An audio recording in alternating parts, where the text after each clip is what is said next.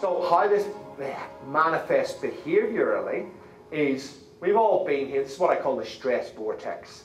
We've all been on the first level, a little bit of lack of focus. We've all been on the next level, presenteeism. Who's familiar with that term? You all know absenteeism, and you'll notice the bigwigs know what presenteeism is, because they probably know the research that it costs businesses between 6 and 8 times the amount of lost productivity that absenteeism does. Presenteeism is when you're at work, but you're not really there. Yeah? Anybody ever been, don't put your hand up to this one. Anybody ever come into work with a hangover? That's presenteeism right there, but we know it's very strongly linked to your health status. The more ill health measures you have, high BMI, high blood pressure, high cholesterol, all these things, is more presenteeism. There's a very, very strong link.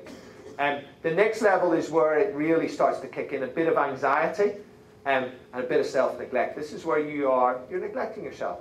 You know you're eating a crappy diet, but you continue to eat it. You know you should be exercising, and you're not doing it. You're just not looking after yourself because the stress is there, and instead you self-medicate. How do we self-medicate for a stressful day? Oh yes, I need a glass of wine. I deserve a glass of wine. How else do we do it? Chocolate, yeah, interesting. Does anybody here, when they get really stressed, pig out on carrot sticks or celery sticks? Not going to cut it, is it? It's the chocolate that we want, yeah? And tobacco, drugs, illicit drugs, these sorts of things. Gambling, and pornography, shopping, all these sorts of addictions that can kick in. So, guys, this is the next level, is where it gets pretty damn serious. And if you identify with this level, you need to take some very strong, swift action. And that's when you're getting lots of little illnesses.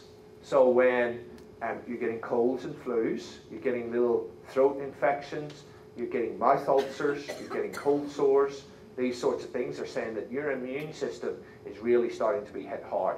Because one of the things that stress does is it switches off your immune system, and it also switches off your reproductive system.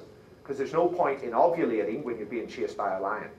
Okay? You need to have those precious resources to keep them. And it also behaviorally will manifest in self-destructive behavior. This is where the glass of wine turns into a bottle of wine. And if it's on your own, then it's a bit of an issue. And this is where you are doing certain behaviors that you know are not good for you, they're not good for your relationships, and they're not good for your work performance, but you can't stop them. That's when you're starting to walk the tightrope of addiction. And it's really important that you do something, because the next level is depression, characterized by this term anhedonia, which is a clinical term of the inability to feel pleasure. That's when those serotonin and dopamine systems are burnt out because of that last model that we showed.